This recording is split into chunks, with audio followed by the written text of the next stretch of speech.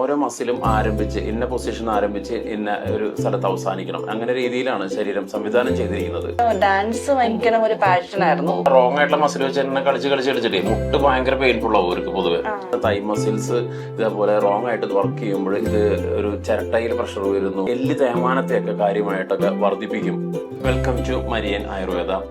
നാം ഈ ഒരു എപ്പിസോഡിൽ ചിന്തിക്കുന്നത് ഒരുപാട് പേരിൽ അല്ലെങ്കിൽ ഡാൻസ് കളിക്കുന്ന അല്ലെങ്കിൽ ഈ സ്പോർട്സിലൊക്കെ ആക്റ്റീവായിട്ട് നിൽക്കുന്ന കുട്ടികളിൽ അല്ലെങ്കിൽ അമ്മമാരിൽ ഒക്കെ സ്ത്രീകളിലൊക്കെ കാണപ്പെടുന്ന ഒരു മുട്ടുവേദനയെ കുറിച്ചാണ്, അല്ലെങ്കിൽ അവർക്ക് വരുന്ന നടുവേദനകൾ അത് എന്തുകൊണ്ട് സംഭവിക്കുന്നു എന്നുള്ളതിനെ കുറിച്ചാണ് നാം ചിന്തിക്കുന്നത്.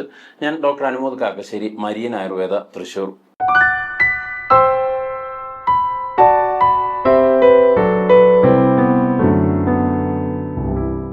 ഇപ്പൊ എന്റെ കൂടെയുള്ളത് സിന്ധ്യയാണ്. അല്ലെ സിന്ധ്യ, വരുമ്പോഴേ ഉണ്ടായിരുന്ന ബുദ്ധിമുട്ടുകൾ എന്തൊക്കെയായിരുന്നു? എന്റെ ഡെയിലി ആക്ടിവിറ്റീസ് എനിക്ക് നോർമലായിട്ട് ചെയ്യാൻ പറ്റാത്തൊരു സിറ്റുവേഷൻ. ഞാൻ വർക്കിംഗ് വുമൺ ആയിരുന്നു. പക്ഷെ എനിക്ക് ഓഫീസിലൊക്കെ ചെന്നാലും ഒത്തിരി നേരം ഇരിക്കുമ്പോൾ കഴപ്പും, പിന്നെ ഡെയിലി ആക്ടിവിറ്റീസ് ഇപ്പം വീട്ടിൽ കുക്കിങ് അങ്ങനെയൊന്നും എനിക്കൊരു നോർമൽ ഹൗസ് വൈഫ് ചെയ്യുന്ന പോലെയൊന്നും എനിക്ക് ചെയ്യാൻ പറ്റത്തില്ലായിരുന്നു. ഒത്തിരി നേരം നിൽക്കാൻ പറ്റില്ല. പിന്നെ സിവിയർ ബാക്ക് പെയിൻ, കിടക്കുമ്പോൾ ഉറക്കത്തിലൊക്കെ നടുവേദനയായിട്ട് എണീക്കും. പൊസിഷൻ ചേഞ്ച് ചെയ്യുമ്പോൾ ഞാൻ അറിയും ഇങ്ങനെ. എന്നിട്ട് പിന്നെ ഡീപ് സ്ലീപ്പിലോട്ട് പോകും. പക്ഷെ ആ പൊസിഷൻ ചേഞ്ച് ചെയ്യണതൊക്കെ എനിക്ക് നല്ലപോലെ പെയിൻഫുൾ ആയിട്ടാണ് തോന്നിക്കൊണ്ടിരുന്നത്. പിന്നെ എൻ്റെ ബോഡി വെയിറ്റ് താങ്ങാൻ പറ്റാത്ത, ഇപ്പൊ എനിക്ക് എപ്പോഴും ഫീൽ ചെയ്യുന്നത് എൻ്റെ ബാക്ക് ഭയങ്കര ഭാരമുള്ള ഒരു, ഇപ്പൊ ഞാൻ എപ്പോഴും കൂഞ്ഞിട്ടാണ്, സ്റ്റിഫായിട്ടോ നിൽക്കാൻ പറ്റത്തില്ല. എപ്പോഴും ഒരു വെയിറ്റ് ഉള്ള ഒരു സാധനം ക്യാരി ചെയ്യുന്ന പോലുള്ളൊരു ഫീലാണ്. അപ്പം എനിക്ക് എപ്പോഴും അങ്ങനെ എപ്പോഴും അസുഖം, അങ്ങനെ ഒരു ഇതാണ്. അവസാനം വരെയൊക്കെ നിൽക്കാൻ പറ്റുന്നുണ്ടായിരുന്നു, നേരെ നിൽക്കാൻ പറ്റും. ഇങ്ങനെ കൂനിയിട്ട് ഒരു പൊസിഷൻ ഉണ്ട്. ആ പൊസിഷൻ ആണെങ്കിൽ ഞാൻ കംഫർട്ടബിൾ, സ്ട്രെയിറ്റ് ആയിട്ട് എനിക്ക് നിൽക്കാൻ പറ്റൂലായിരുന്നു. അങ്ങനെ അവസാനം നേരെ നിൽക്കാനുള്ള പ്രശ്നമൊക്കെ മാറി. സ്പോർട്സ് താരം ആയിരുന്നു. എന്തായിരുന്നു സ്പോർട്സ്? ഞാന് സ്പോർട്സിനെക്കാളും കൂടുതൽ ആർട്സിലോട്ടായിരുന്നു. ഡാൻസ് ഭയങ്കര ഒരു പാഷനായിരുന്നു. ഡാൻസിലോട്ടൊക്കെ പോവാൻ. പിന്നെയാണ് എനിക്ക് വീണിട്ട് ബാക്കിനൊരു ചെറിയ ഇഞ്ചുറി വന്നു. പിന്നെ അതിലോട്ടൊന്നും പോയില്ല. പിന്നെ എല്ലാം കളിക്കുമായിരുന്നു. ഫോക്ക് ഡാൻസ്, ഫോക്കായിരുന്നു മെയിൻ. പിന്നെ സെമി ക്ലാസിക്കലും അങ്ങനെയൊക്കെ ചെയ്യുമായിരുന്നു.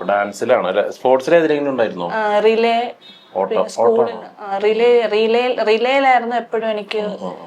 പിന്നെ നമ്മൾ ഷോർട്ട് പുട്ടൊക്കെ ചെയ്യുമായിരുന്നു സ്കൂൾ ലെവലിലൊക്കെ. സ്റ്റേറ്റ് ലെവലിൽ പോയിട്ടുണ്ട്. പിന്നെ ICSE ഒന്നും അങ്ങനെ പോയിട്ടില്ല. ഡാൻസ് ആണ് നമുക്ക് മസിൽസ് ഒക്കെ ഇത്രയും ഡാമേജ് ഉണ്ടാക്കിയ ഒരു സാധനം അല്ലേ?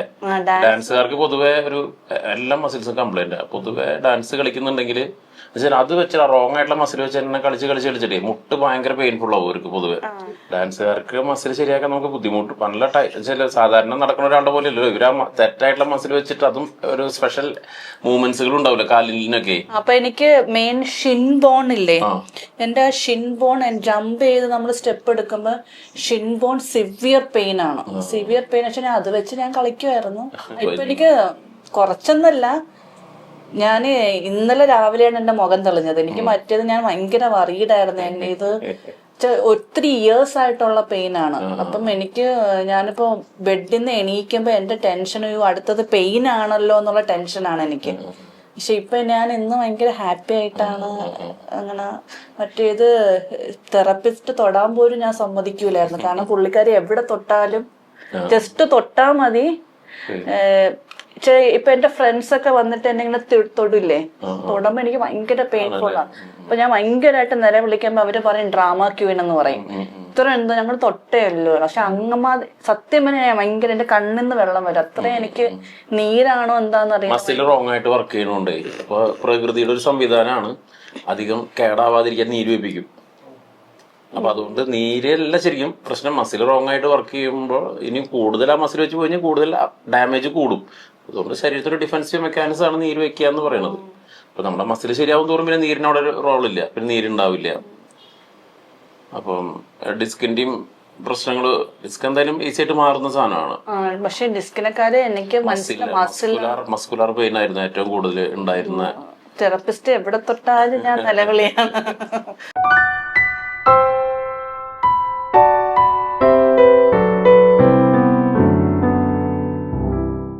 അപ്പം ഈ ഒരു വ്യക്തിയിൽ നമ്മൾ നോക്കുമ്പോൾ അവരുടെ മസിലുകൾ, എസ്പെഷ്യലി തൈ മസിൽസ് എല്ലാം വളരെയധികം അതിൻ്റെ, നമുക്കറിയാം ഓരോ മസിലും ആരംഭിച്ച് ഇന്ന പൊസിഷൻ ആരംഭിച്ച് ഇന്ന ഒരു സ്ഥലത്ത് അവസാനിക്കണം, അങ്ങനെ രീതിയിലാണ് ശരീരം സംവിധാനം ചെയ്തിരിക്കുന്നത്. ഇൻസേർഷൻ ടു ഒറിജിൻ ഒക്കെ നമ്മൾ നോക്കുമ്പോൾ ഇതെല്ലാം വളരെ റോങ് ആയിട്ടായിരുന്നു ഇതിൻ്റെ അലൈൻമെൻറ്റുകൾ. നമുക്കറിയാം കാറിൻ്റെയൊക്കെ ടയറുകൾ അലൈൻമെൻറ്റ് തെറ്റിക്കഴിഞ്ഞാൽ അതിൻ്റെ പ്രശ്നമാണ്, ടയർ പെട്ടെന്ന് കേടാവും, അതിൻ്റെ തേഞ്ഞു പോവുക ചെയ്യും അല്ലേ. അതുപോലെ തന്നെയാണ് തൈ മസിൽസ് ഇതേപോലെ റോങ് ആയിട്ട് വർക്ക് ചെയ്യുമ്പോൾ ഇത് ഒരു ചിരട്ടയിൽ പ്രഷർ വരുന്നു. അതുപോലെ തന്നെ മുട്ടിൻ്റെ അലൈൻമെൻറ്റിൽ മുകളിലത്തെ എല്ല് തേയ്മാനത്തെയൊക്കെ കാര്യമായിട്ടൊക്കെ വർദ്ധിപ്പിക്കും. പിന്നെ ഈ ഒരു ടെൻഷൻ ശരിക്കും മസിലുകൾ വർക്ക് ചെയ്തില്ലേ നമുക്കറിയാലോ, വളരെ ചെറിയ ഇപ്പോൾ കണ്ണടയ്ക്കണമെങ്കിൽ തുറക്കണമെങ്കിൽ കയ്യിൻ്റെ മൂവ്മെൻറ്റ്സ്, സ്റ്റെപ്പ് കയറണമെങ്കിൽ ഇറങ്ങണം, എല്ലാം നമ്മളെ സഹായിക്കുന്നത് മസിൽസാണ്. മസിൽസിന് എന്തെങ്കിലും പ്രശ്നം ഉണ്ടെങ്കിൽ തന്നെ നമുക്ക് ഒന്നും ഒറ്റ മൂവ്മെൻറ്റും പോസിബിൾ ആവില്ല. ഇപ്പോൾ ഈ ഒരു വ്യക്തിയിൽ നമുക്ക് മനസ്സിലാകുന്ന ഒരു കാര്യം, ഇവർക്ക് നിവർന്ന് നിൽക്കാനായിട്ട് സാധിക്കുന്നുണ്ടായിരുന്നില്ല.